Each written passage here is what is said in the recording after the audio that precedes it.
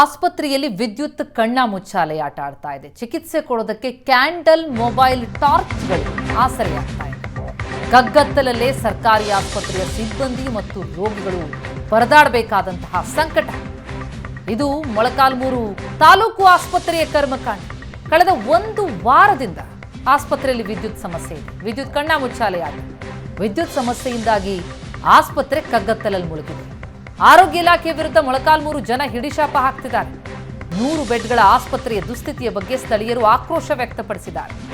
Generator ಕೆಟ್ಟು ವಾರ ಕಳೆದರೂ ಸರಿ ಮಾಡದೆ ನಿರ್ಲಕ್ಷ್ಯ. ದೃಶ್ಯಗಳು ನೋಡ್ತಾ ಇದ್ದೀವಿ. ಮೊಬೈಲ್ ಟಾರ್ಚ್ನ ನೆರವಿನೊಂದಿಗೆ ರೋಗಿಗಳನ್ನ ಪರಿಶೀಲಿಸಬೇಕಾದಂತಹ ಪರಿಸ್ಥಿತಿ.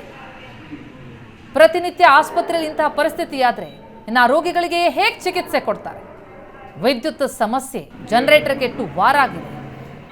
ಕ್ಯಾಂಡಲ್, ಒಂದು ಕಡೆ ಕ್ಯಾಂಡಲ್ ಗಮನಿಸ್ತಾ ಇದ್ದೀವಿ, ಮತ್ತೊಂದೆಡೆ ಮೊಬೈಲ್ ಟಾರ್ಚ್.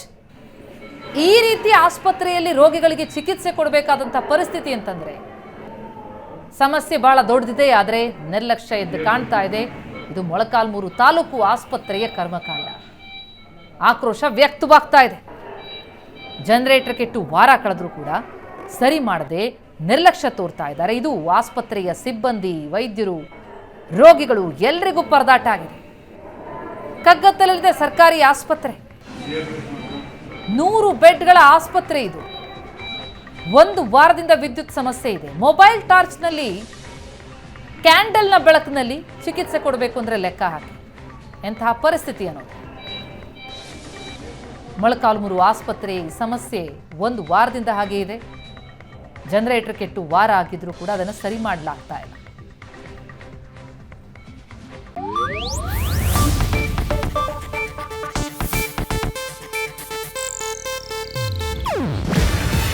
ಇದು ಏಷ್ಯಾನೆಟ್ ನ್ಯೂಸ್ ನೆಟ್ವರ್ಕ್ ಪ್ರಸ್ತುತಿ.